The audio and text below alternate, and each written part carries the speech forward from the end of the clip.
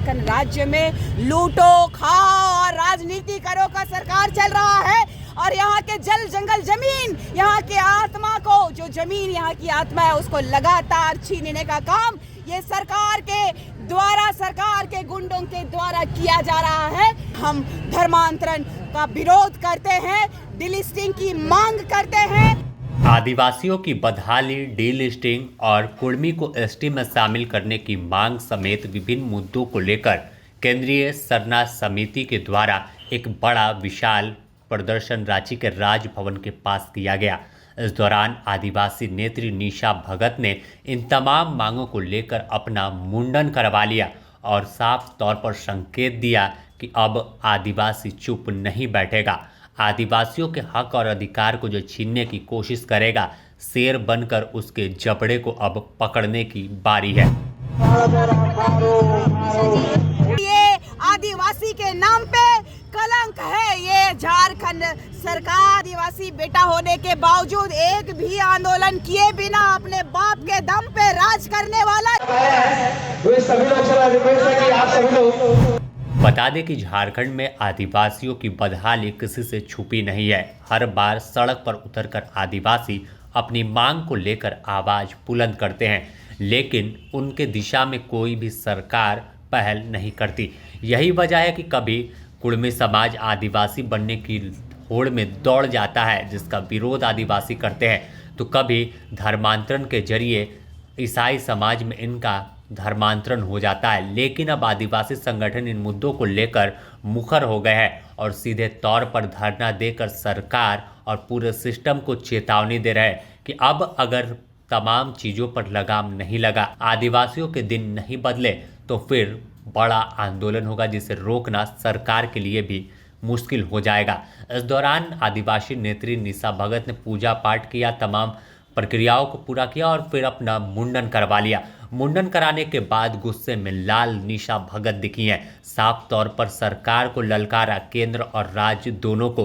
कहा कि सरकार में सिर्फ आदिवासियों का एनकाउंटर हुआ है, नक्सली बताकर इसके आगे एक कदम भी नहीं बढ़े हैं।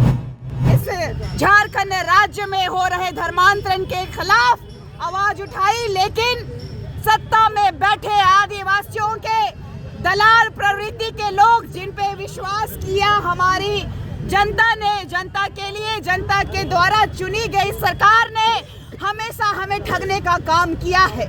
और इस राज्य के मुखिया जो हेमंत बाबू, उनके पिताजी भी इस राज्य के पूर्व सीएम के रूप में हमारे झारखंड में उन्होंने शासन किया, लेकिन आज तक हमारे गांव में सड़कें नहीं पहुंच पाई, बिजली नहीं पहुंच पाया है, हमारे यहाँ अच्छा स्वच्छ पानी पीने के लिए नहीं है। और आज ये सरकार ढकोसलाबाजी कर रही है। हमारे बच्चों को वृद्धा देखा जाए तो क्या बोलते हैं इसको, छात्रवृत्ति नहीं मिल रही है। हमारा जो वृद्धा लोग हैं उनको वृद्धा पेंशन नहीं मिल रहा है। यहाँ विकास का सभी काम ठप हो गया है, जस्ट बिकॉज ऑफ इन लोगों का मैया समान योजना। और ये लोग समाज को भूल चुके हैं। ये सरकार आदिवासी बेटा होने के बावजूद एक भी आंदोलन किए बिना अपने बाप के दम पे राज करने वाला ये झारखंडियों का दर्द को महसूस नहीं कर सकता है। इसीलिए हमने इतना बड़ा फैसला लेने का निर्णय किया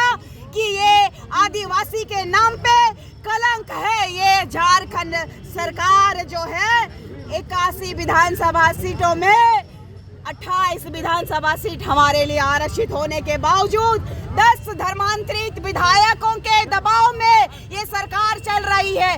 10 धर्मांतरित ईसाई मिशनरियों के मिशन को सक्सेस करने में कामयाब रहे हैं। इसीलिए ये सरकार ईसाई और कसाई की सरकार है। ये हमारी आस्था पे लगातार खिलवाड़ करते रही है। ये हमारे पे प्रश्न चिन्ह लगातार उठाते रही है। आदिवासियों को इस सरकार में सिर्फ और सिर्फ नक्सल बोल करके मारा गया है। इसका जीता जागता प्रमाण सूर्य नारायण हांसदा, जो उसको फर्जी एनकाउंटर में मार दिया गया, और इस राज्य के सीएम के सबसे बड़े सपोर्टर और सबसे बड़े विश्वासी और इस झारखंड को दलाली में ढकेलने वाला पंकज मिश्रा का नाम आता है, जो कि ईडी भी आज 1500 करोड़ का जो गबन में आज उस पे जांच जो बैठाई है, सीबीआई जो जांच हो रही है, तो सबसे बड़ा दुर्भाग्य का विषय है इस झारखंड राज्य में लूटो खाओ और राजनीति करो का सरकार चल रहा है। और यहाँ के जल जंगल जमीन, यहाँ के आत्मा को, जो जमीन यहाँ की आत्मा है उसको लगातार छीनने का काम ये सरकार के द्वारा, सरकार के गुंडों के द्वारा किया जा रहा है। इसीलिए हम धर्मांतरण का विरोध करते हैं, डिलिस्टिंग की मांग करते हैं, आदिवासी अस्मिता को बचाने के लिए, आदिवासियों के लिए कॉलम का डिमांड करते हैं।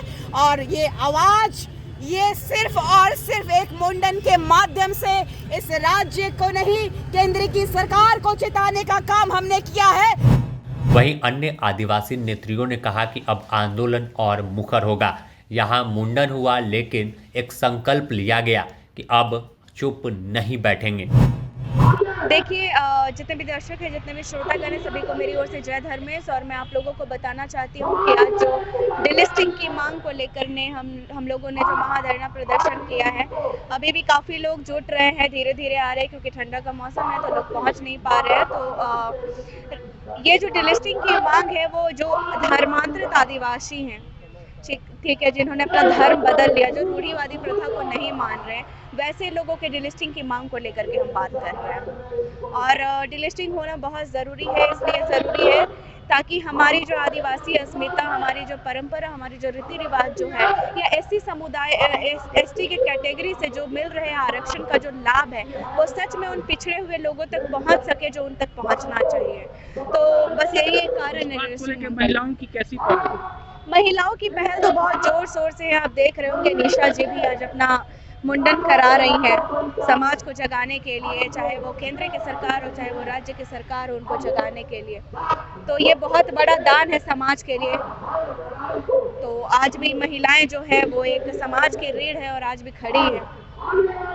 जी, धन्यवाद। तो बता दें कि आदिवासी नेत्री निशा भगत के नेतृत्व में बड़ी संख्या में आदिवासी समाज के लोग राजभवन के पास पहुंचे, जहां डीलिस्टिंग, धर्मांतरण और कुर्मी को एसटी में शामिल करने की मांग के समेत आदिवासियों की बदहाली पर जमकर तमाम वक्ताओं ने प्रहार किया और सीधे तौर पर निशाने पर राज्य की सरकार को लिया कि अब आदिवासी चुप नहीं बैठने वाला है। आदिवासी को जो रोकने की कोशिश करेगा तो अब आर पार की लड़ाई होगी।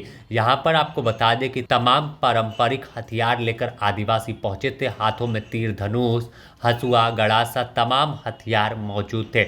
और इस बीच जब उनके मुंडन हुआ तो इस दौरान भावुक भी निशा भगत हुई, क्योंकि मुंडन होने से एक लड़की को कितनी बड़ी समस्या है वो अपने आप में बताने को काफ़ी है कि हर कोई चाहता है कि उनके लंबे बाल हो, लेकिन आदिवासियों के मुद्दे पर आदिवासियों की आवाज़ कैसे पहुंचे, इसे लेकर मुंडन कराकर अब संकेत दिया है कि अब हम चुप नहीं बैठेंगे।